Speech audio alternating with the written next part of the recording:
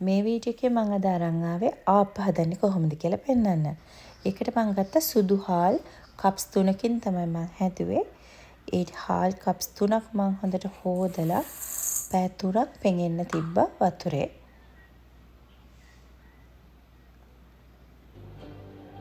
ඊට පස්සේ මේ විදිහට මම මේක ඩ්‍රේන් එකකට දාලා වතුර බේරෙන්න තිබ්බා. ආපහු මම හොඳ පිරිසිදු රෙදි කෑල්ලක් උඩින් මේ විදිහට අතුරගත්තා ඕවර්නයිට්. ඊට පස්සේ මම පිටි ටික හොඳට ග්‍රයින්ඩ් කරගෙන ඒක හොඳට හලා ගන්න ඕන. නැත්තම් පිටිවල ලම්ස් තේනවා. ඒ හින්දා හොඳ ෆයින් පිටි ටිකක් පිට ඕනේ. දැන් අපි මිශ්‍රණය හදන හැටි බලමු. මම මෙතනදී ඊස් ටික තමයි ඇක්ටිව් කරගන්නේ මේ විදිහට. ඊස් තේ හැන්දක්. ඒකට වෝම් වෝටර් තමයි දැම්මේ මම. ඒකට තව දාන්න ඕන sugar tea 1 teaspoon. එතකොට තමයි ඒක ඇක්ටිව් වෙන්නේ ඉක්මනට. මේ විදිහට මම මේ දෙක හොඳට මික්ස් කරගෙන පැත්තකින් වහලා තිබ්බා. මේ තියෙන්නේ මම හොඳට ග්‍රයින්ඩ් කරගෙන හලාගත්තු පිටි ටික.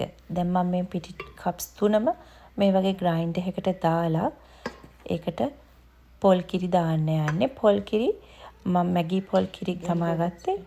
කප්ස් දෙකක් තියෙනවා හදාගෙන. පොල් කිරි ගන්නකොට ඒක උක්කු කිරි වෙන්න ඕන. සහ දැන් උණු වතුරෙන් මම මේක හදාගත්තේ. ඒ නිසා මේක හදලා විනාඩි 15ක්වත් තියන්න ඒකේ රසන ගතිය යනකම්. ඊට පස්සේ තමයි මම මේ විදිහට ග්‍රයින්ඩර් එකට දැම්මේ පිටි පොල් කිරි.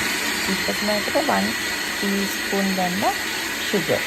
ඊට පස්සේ මේ විදිහට ingredients තුනම හොඳට mix කරගෙන දැන් තමයි මම මේකට ඊස් දාන්න යන්නේ.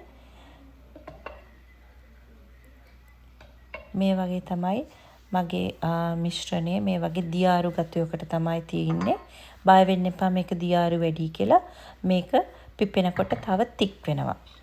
ඒ නිසා මම ඔයගලන්ට පෙන්නන්නම් මේක මොන වගේද කියලා. දැන් මම මේකට ඊස් ටිකක් දානවා. තවත් ඒක එතකොට දියාරු වෙනවා. ප්‍රශ්නයක් නැහැ. ඒක ඒ පදම හරි. මෙන්න මේ වගේ thickness එකක් තමයි ඔයගලන්ට පේන්නේ. මේක දියාරු වැඩි නැහැ. මේක තව තික් වෙනවා පස්සේ. මේක හොඳට මම මික්ස් කරගෙන මම මේ විදිහට වහලා තිබ්බා. මේක තව පැය දෙකක්වත් at least පිපෙන්න ඕන. මම තිබ්බ පැය දෙකයි. මේක ඊට වඩා පිපුණට ප්‍රශ්නයක් නැහැ. පැය දෙකකට පස්සේ මෙන්න මේ වගේ තමයි මේක තියෙන්නේ. පේනව නේද ඒක තික් වෙලා කියලා? ඒක හොඳට මික්ස් කරනකොට ඒ thickness එක තව අඩු වෙලා හරි පදමට එනවා. මේ වෙලාවට තමයි මම මේකට ලුණු දාන්නේ. ලුණු මං ඊට කලින් දැම්මෙම නැහැ. දාන්න එපා. මේ වෙලාවට මම ලුණු ඇඩ් කරේ. දැන් අපි ආප්ප ටික හදාගන්න යන්නේ. මේ වගේ ආප්ප තාච්චියක් ඕනේ. මම තෙල් චුට්ටක් වැඩි වෙන්න දැම්මා. ඒ තෙල් ටික රත් වෙනකොට මම මේක වටේටම හොඳට ගා ගන්නවා.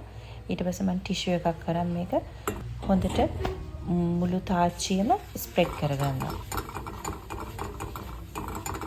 ගොඩක් තාච්චිය රත් වෙන්න දෙන්න එපා. එහෙම නැත්නම් අපි මිශ්‍රණය දැම්මට පස්සේ ඒක ඇකිලිලා ඒක හරියට එන්නේ නැහැ. ඒ නිසා ගානට රත් වෙන්න දෙන්න ඕන. ඒක ඔයගලන්ට හදනකොට තේරෙයි. අනිත් එක මෙහෙම දානකොට තාච්චිය චීස් ගාලා සද්දයක් එනවා. එතකොට තමයි ඒක හරි ගානට රත් වෙලා තියෙන්නේ. මාගේ වටේටම දාගෙන 1 minute වගේ වහලා තිබ්බට පස්සේ මේ විදිහට ඔයගලන්ට ආප්ප හදාගන්න පුළුවන්. ඔයගොල්ලෝ තාප්ප හදලා ඔයගලන්ගේ එක්ස්පීරියන්ස් එක මේකට කමෙන්ට් කරන්න අමතක කරන්න එපා.